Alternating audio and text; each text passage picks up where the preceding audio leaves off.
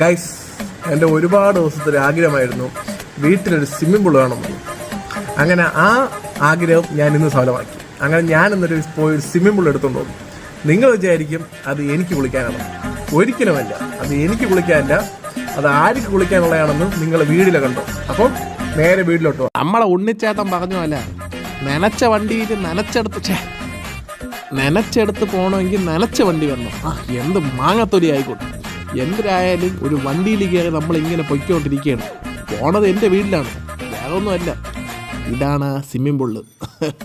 കണ്ടോ ഗൈസ്, നിങ്ങളുടെ ഭാഷയിൽ പറഞ്ഞാൽ അക്വേറിയം, എൻ്റെ ഭാഷയിൽ പറഞ്ഞാൽ മീനുകൾക്കുള്ള സ്വിമ്മിംഗ് പൂള്. എന്തായി കാണിക്കണേ?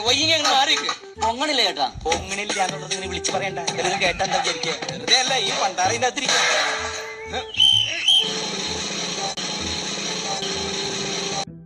അങ്ങനെ ഒരു ചെറിയൊരാഗ്രഹം നിറവേറ്റിരിക്കുകയാണ്.